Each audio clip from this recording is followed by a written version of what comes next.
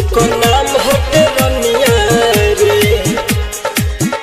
एगो लइके धोखा दे गइल ओकर नाम हर सोनिया रे। एगो लइके धोखा दे गइल ओकर नाम हटे रनिया रे।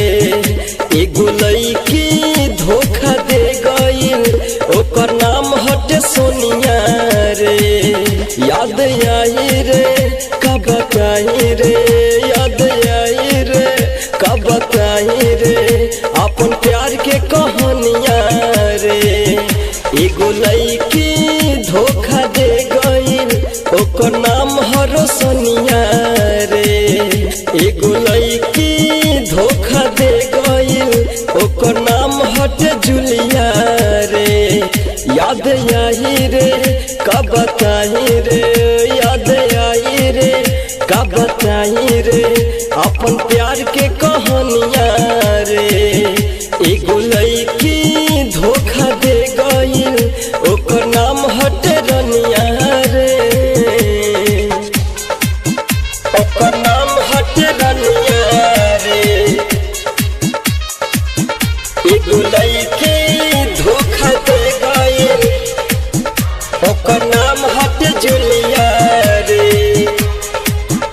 ओकर नाम हमनी सवारे। शादी के चली गइल उ ससुरवा हो, ससुरवा हो, ससुरवा हो। नहीं सोचलस कैसे जी ओकर यारवा हो, यारवा हो, यारवा हो। प्यार में मिलल बा धोखा डरे जियारवा हो, जियारवा हो, जियारवा हो। शादी के चली गइल उ ससुरवा हो, ससुरवा हो, ससुरवा हो। नहीं सोचलस कैसे जी ओकर यारवा हो, यारवा हो, यारवा हो।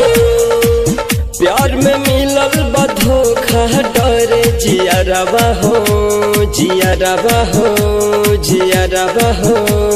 याद बड़ी आवत चिंता सतावत भावे न पनिया रे।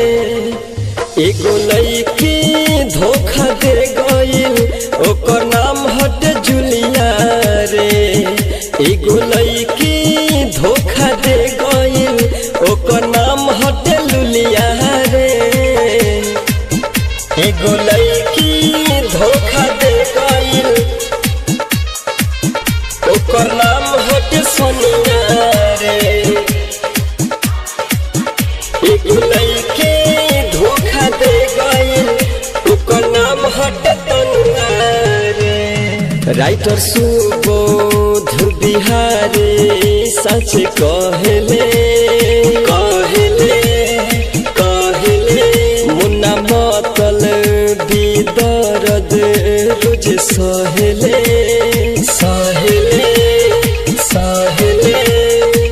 धके पियावा के बहिया खुश रहेले, खुश रहेले, खुश रहेले। सचिन सोहराब और सदरंजित इहे कहले, कहले, कहले। मुन्ना मतलबी दर्द रोज सहले, सहले, सहले। धके पियावा के बहिया खुश रहेले, खुश रहेले, खुश रहेले।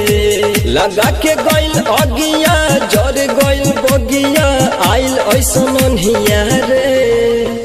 एगो छौड़ी धोखा दे गइल ओकर नाम हटे रनिया रे।